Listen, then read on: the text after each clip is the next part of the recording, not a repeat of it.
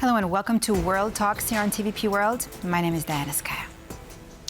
April 19th marks the 83rd anniversary of the outbreak of the Warsaw Ghetto Uprising, the largest armed Jewish resistance during World War II and the first urban uprising in occupied Europe.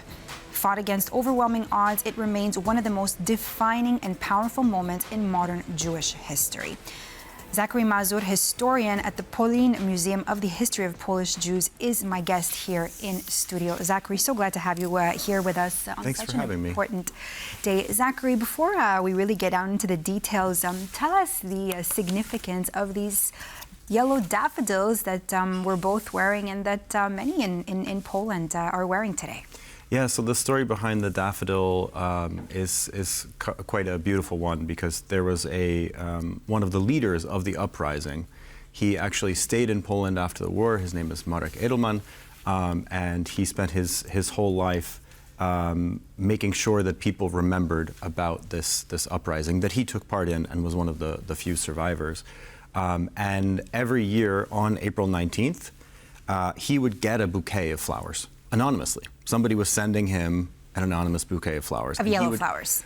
Well, they were various flowers. Sometimes they were these yellow daffodils, sometimes they were other flowers, but he would always bring those flowers physically. He lived in Łódź, so he would come from Łódź to Warsaw, which is not so far away, as you know, and he would come to the monument of the heroes of the ghetto in Warsaw and lay this bouquet down at the bottom of the monument in honor of their sacrifice.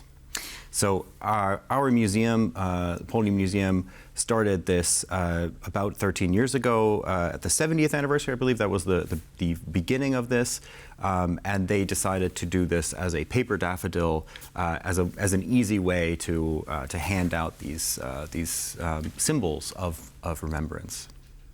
So Poles do remember. Zachary, what are some of the events of the commemoration events that are going to take place in Warsaw today? Is the POLIN Museum organizing anything? Absolutely. I mean, we organize a ton of events around this anniversary each year. The big commemoration event always happens in front of the monuments, the monument to the heroes of the ghetto, which is actually facing the entrance to the POLIN Museum. So the POLIN Museum is very symbolically placed. It's at the center of the former ghetto, and it is also on the site of the former Judenrat. So it was essentially like the center of life in the ghetto, and also a very important spot for the fighting that took place in April and May of 1943. What made the Warsaw Ghetto Uprising such a defining moment in World War II? Well, one thing that makes it really defining is the fact that we don't have that many instances of armed resistance in general against Nazi occupation, and that's something that we can look at throughout Europe. It's not just an Eastern European thing or a Polish thing, but there's a ton of instances in which countries are sort of celebrating their acts of resistance, but really they're quite minor when you think about how many people were under occupation and the relatively small number of occupiers, right? But the other thing that's really, really important, I think, from the Jewish perspective or from people looking at Jews, is the stereotype that Jews went to the slaughter passively, that there was no resistance, that they were simply, lambs being led to the slaughter during the Holocaust. That's obviously not true, and it's somewhat offensive. There are lots of acts of resistance, small and large. Small act of resistance could just be, somebody searching for food and water day after day. And maybe after 2 years of doing that, they don't even survive. We don't remember that person, but that's an act of resistance too, right? Because the idea of the Nazi extermination program was to kill those people. So doing anything to survive is also an act of resistance. Then you have these acts of armed resistance, which are, easier to understand, I think, for our present. We tend to celebrate those things that we can easily kind of hold on to and grasp. And picking up a gun and fighting against the Nazis is obviously something that each of us can really understand as an act of resistance.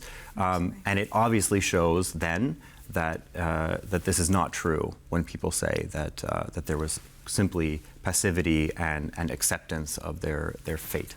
And then the negative side view of it, right? Zachary, let me ask you this: how do Israelis and the Jews in Israel view this day here as Poles remembering going to this monument, right? There's also going to be sirens, to my understanding, yes, at 12 o'clock, yeah. right, local time. How do they view this? Well, so the ghetto uprising, the Warsaw Ghetto Uprising in Israel is also a very important moment. They celebrate it as Yom HaShoah according to the Jewish calendar. So it usually falls a few days before in our calendar. And so this week, I believe it was on Tuesday. So it's obviously a very important moment. There is also a moment of silence and sirens in Israel. That's a very common I was a correspondent in Tel Aviv for you've years, so experienced I've this experienced yourself. that, yeah. This moment when Traffic everything stops, right? Everyone gets out of the car. Absolutely. So there's definitely a lot of respect for that. But how they view Poles commemorating this, I think, first of all, to be completely honest, I think that this commemoration is not very well known in Israel. But for the people who do know about it, I think that it is somewhat surprising. Why? Because I think that the stereotype is that Poles don't remember about this Jewish history. Obviously, the idea that the museum had was to use this as a moment to get people to remember, and not just to remember this act of resistance, but maybe as a reminder of the enormous Warsaw Jewish community that existed for centuries, or the enormous Polish Jewish community that existed for centuries and is no longer with us. And now we have an occasion to actually think about that. And remember. Something interesting that you just pointed out here is, Zachary, what can the POLIN Museum do, or are there any kinds of organizations or programs that can be implemented to show that in fact Poles do remember, that it's as important for Poles and in Poland here to also remember this 1943 and the Warsaw Ghetto Uprising? Well, we have huge education programs, and there are almost 200 people who work at the museum where I work at POLIN, and our largest department is education. So I think that the effect that we're having now is with the younger generation, but there are also education programs for adults, and there's a lot of outreach being done, not just in Warsaw, but throughout Poland. So we're really able to reach a lot of people, and also to affect how teachers are teaching history in schools. The curriculum has changed a ton since the transformation in 1989, but really over the past, I would say, 10, 15 years. In a good way? In a good way, yeah. I think that the curriculum has adjusted a lot. It's become, it's problematic. You could say any national education system has its issues of sort of tunnel vision and nationalism and all those kinds of things. But in terms of its focus on Jewish history, its focus on the Holocaust, I think the Holocaust was a part of the education program for a very, very long time. But the issue was that it sort of showed up out of nowhere. All of a sudden, these Jews are dying, and the students could ask, well, who are the Jews? Where did they come from? Why are all these Jews now in Poland, right? And now we have a situation where we're teaching teachers to introduce their students to this part of Polish history, right? And saying that Jewish history is part of Polish history and not something separate. And that's a real fundamental change. That it didn't come from just anywhere. Yeah. Zachary, how did the Jewish Combat Organization manage to organize resistance under such extreme surveillance, deprivation? What do you think we should remember the most? Yeah, so the kind of crazy thing about this underground organization that was working in these conditions, the problem was not actually surveillance. They weren't necessarily being surveilled. There's a kind of crazy story about how communist functionaries were coming from the Soviet Union. They were smuggling themselves in, and they were hiding in Warsaw. Where did they hide? They hid in the ghetto, because it was the place that was least surveilled. Wow. The real issue was about food. It was about being able to print materials, because they were spreading their message through underground newspapers, through posters, just putting up posters around the neighborhood, and trying to spread their message that way. But it is a really inspirational moment in history when there is so much death and destruction, and yet there are people who are willing to use their energies, what little energies they have. Also, they're starving, right? But to use those energies to organize, to convince other people to put their lives on the line as well. And so it's a pretty amazing story, just from a human perspective, not from a Jewish, Polish, whatever perspective, right?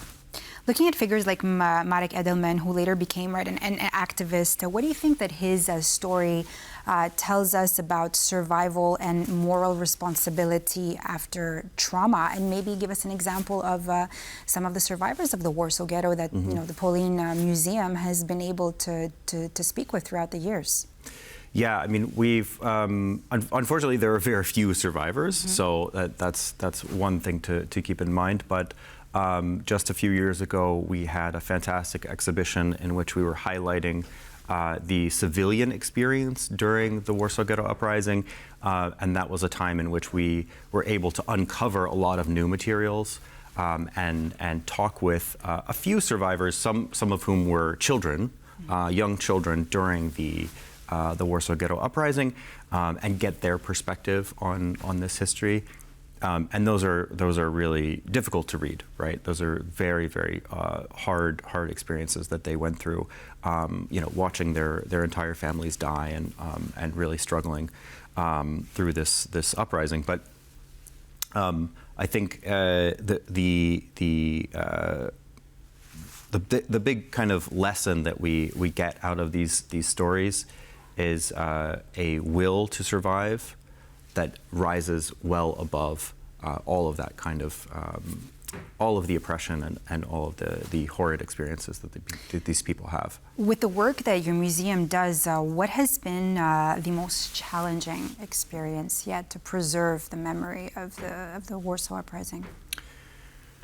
I mean, one of the challenges, I don't want to kind of rank it, but I think that one of the challenges is a kind of is trying to find material traces of the uprising because of the history of the uprising. So the Nazis, rather than fight this guerrilla warfare in the city, they actually just went house to house and burned every single house down. So that entire neighborhood was completely destroyed.